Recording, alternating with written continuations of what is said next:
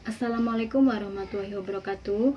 Saya Antik Hartati dari program pendidikan PGSD di kelas penyetaraan Sekolah Tinggi Keguruan Ilmu Pendidikan Majenang Cilacap.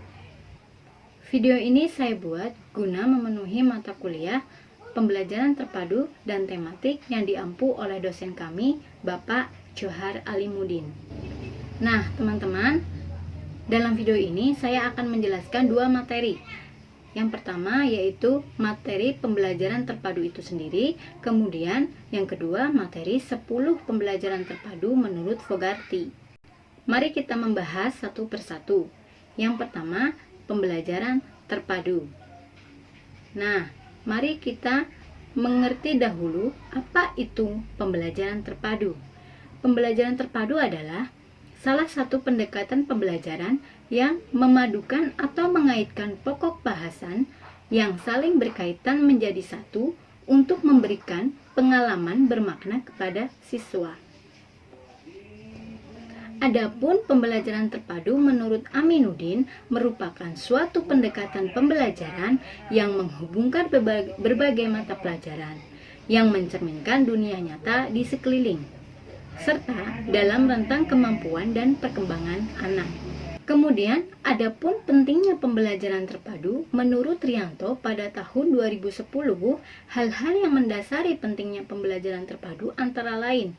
Yang pertama, dunia anak adalah dunia nyata. Yang kedua, pembelajaran akan lebih bermakna. Yang ketiga, memberikan peluang kepada siswa untuk mengembangkan kemampuan diri mereka. Yang keempat, memperkuat kemampuan yang diperoleh, dan yang kelima yaitu efisiensi waktu.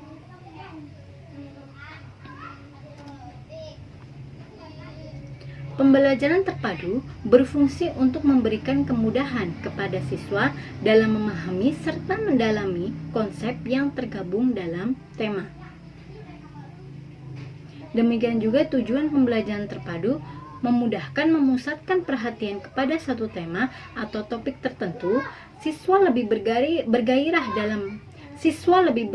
dalam proses belajar, karena dalam proses belajar siswa akan mendapatkan situasi yang lebih nyata.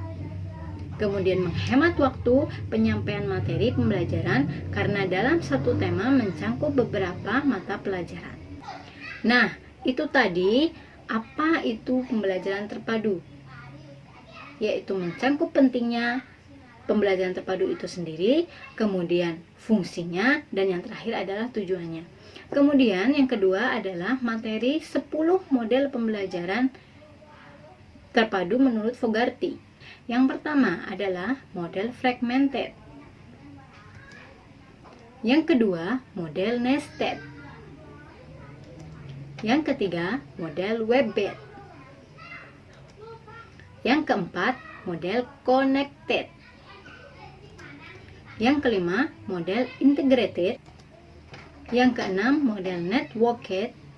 Yang ketujuh, model shared. Yang kedelapan, model threaded. Yang kesembilan, model immerse. Dan yang kesepuluh, model sequence. Saya akan membahas karakteristik, kelebihan, serta kekurangan dari masing-masing model tersebut. Yang pertama adalah model fragmented, disebut juga model terpisah. Model fragmented mempunyai karakteristik terpisah-pisah antara satu mata pelajaran dengan mata pelajaran lain. Perpaduan terbatas pada satu mata pelajaran saja. Kelebihannya, menciptakan guru yang ahli di bidangnya serta dapat mengembangkan ilmunya secara luas. Kekurangannya, keterhubungan menjadi tidak jelas dan lebih sedikit transfer pembelajaran. Yang kedua, model nested.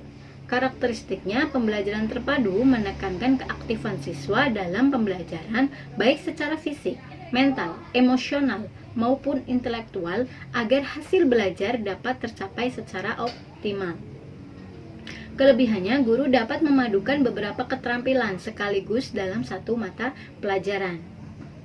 Kekurangannya, jika dilakukan secara tergesa-gesa dan kurang cermat, maka penggabungan beberapa materi dan aspek keterampilan dapat mengacaukan pola pikir siswa. Kemudian yang ketiga, model WB.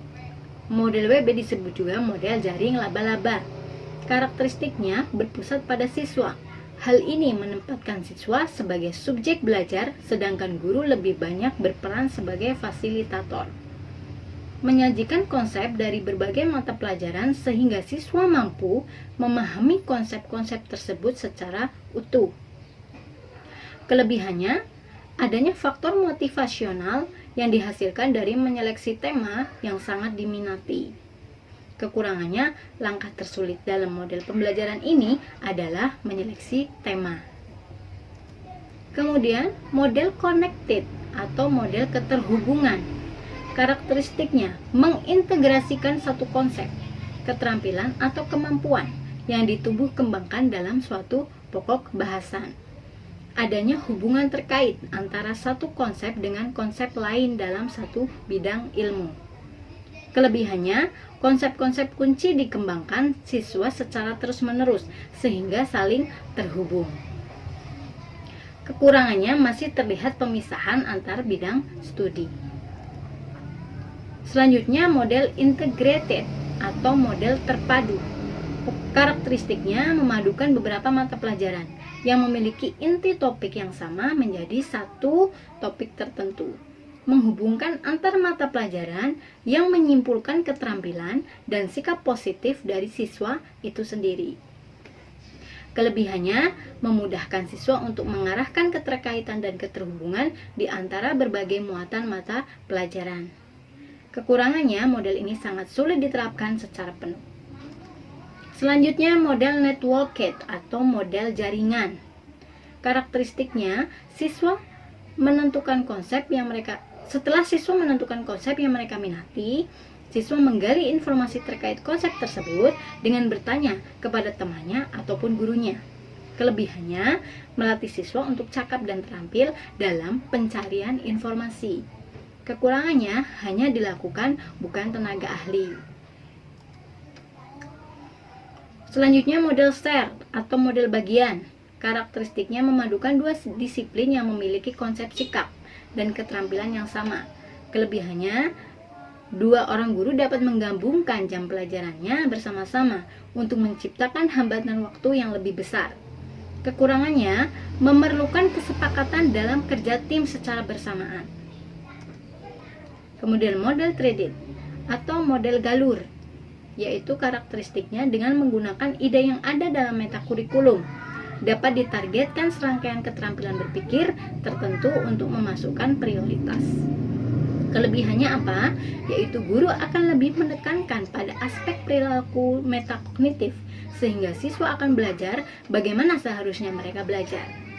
Kekurangannya, hubungan isi atau makna dalam lintas bidang studi sama sekali tidak ditunjukkan dengan jelas. Kemudian model immerse disebut juga model celupan. Karakteristiknya dapat dipadukan agar menghasilkan pemikiran sesuai bidang minatnya. Siswa menyaring sendiri konsep yang dipelajarinya sesuai sudut pandang mereka sendiri. Kelebihannya, siswa mampu memadukan semua data dari setiap bidang ilmu atau pelajaran. Kekurangannya, guru tidak menguasai tahapan kemampuan belajar siswa. Model yang terakhir adalah model sequence atau model urutan. Karakteristiknya, guru bidang studi melakukan kerjasama untuk mengurutkan konsep atau materi yang berkaitan pada masing-masing mata pelajaran yang nantinya akan diajarkan secara paralel. Kelebihannya, pengurutan mengenai topik-topik yang terkait dari disiplin ilmu membantu siswa membuat pemahaman.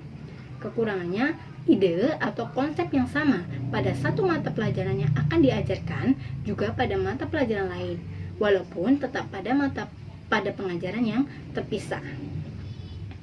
Nah, teman-teman, demikianlah penjelasan dari saya tentang pembelajaran terpadu itu sendiri dan 10 model pembelajaran terpadu menurut Fogarty.